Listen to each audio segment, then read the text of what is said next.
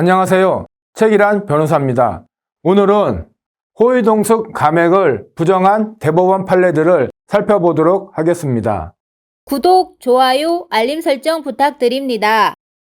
이는 동승자가 탑승 차량의 보험회사로부터 보상을 받을 때 보상금을 호위동승을 이유로 감액해서는 안 된다는 판례들입니다. 첫 번째 사례입니다. A와 B는 직장 동료 사이입니다. 어느 날 B가 자기 차량을 끌고 집으로 가는 길에 이 퇴근길이었습니다. A가 B에게 부탁을 합니다.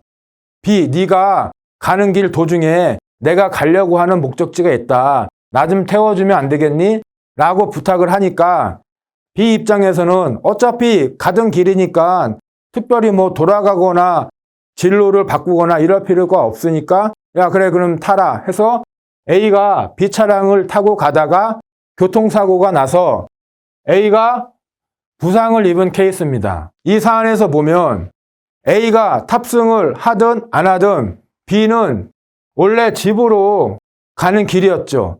그리고 탑승한다 하더라도 B가 집으로 가는 운행 경로를 바꾸지는 않죠. 따라서 B 차량의 운행 경로 변경 가능성이 없습니다. 이러한 경우에는 A가 B 차량에 대한 운행 지배가 없다고 봅니다. 다음으로는 A가 비록 자신의 목적지로 가기 위해 B 차량을 무상으로 동승한 이익은 있겠지만 A가 탑승을 하지 않더라도 어차피 B는 자기 집으로 가는 길이었죠. 따라서 A의 탑승 이익은 극히 작습니다. 그렇기 때문에 이 사안에서는 A는 B 차량에 대한 운행 지배가 없고 또한 B 차량에 대한 운행 이익이 그렇게 많지가 않습니다.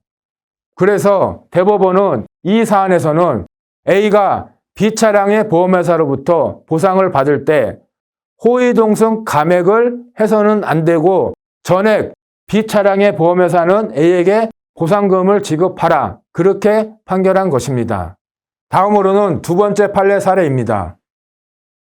A와 B는 중고등학교 선후배 사이입니다. A가 후배고 B가 선배입니다. 그런데 어느 날 B가 시장 조사 목적으로 시내에 갈 일이 있었습니다. 그런 상황에서 후배인 A가 선배인 B에게 나도 시내에 볼 일이 있는데 저 좀 태워주십시오 라고 부탁을 하니까 B가 그래 어차피 내가 시내에 갈 일도 있고 해서 타라 라고 승낙을 했습니다. 이러한 상황에서 B가 A를 동승시키고 가다가 교통사고가 나서 A가 부상을 입은 사안입니다.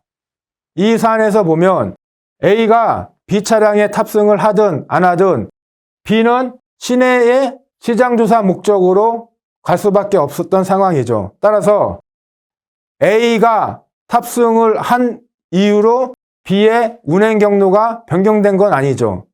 그러므로 A는 B 차량에 대한 운행 지배가 없다고 봅니다. 두 번째로 A가 비록 자기 자신의 목적이 있어서 탑승을 했긴 했지만 주된 목적은 B가 시내에 시장조사 목적으로 가는 것에 편승을 해서 탑승한 것에 불과하죠. 그런 경우에는 A의 운행이익은 극히 작습니다. 따라서 결과론적으로 A는 B 차량에 대한 운행 지배가 없었고 또한 운행이익도 극히 작으므로 A가 B 차량의 보험회사에 보상 청구할 때는 호위동승 감액을 해서는 안 된다라는 것이 대법원 판례입니다. 세 번째 사례를 보면 B가 읍내에 갈 일이 있었습니다. 그 이유는 B가 다방을 운영하고 있었는데 종업원을 채용하기 위해서 읍내에 갈 이유가 있었죠. 그런데 B가 혼자 가기가 좀 그래서 A에게 함께 가줄래? 라고 요청을 했던 것입니다. 요청. 그래서 A가 그래 그럼 내가 한번 가줄게 라고 해서 A가 B 차량을 타고 가다가 교통사고가 나서 A가 부상을 입은 사안입니다. 이 사례에서도 A는 B 차량에 대한 운행 지배가 없고 또한 A가 B 차량에 탑승하게 된 주된 이유는 A 자신의 이익은 없었고 B가 요청을 해서 타게 된 것이죠. 따라서 A의 운행 이익도 없었습니다.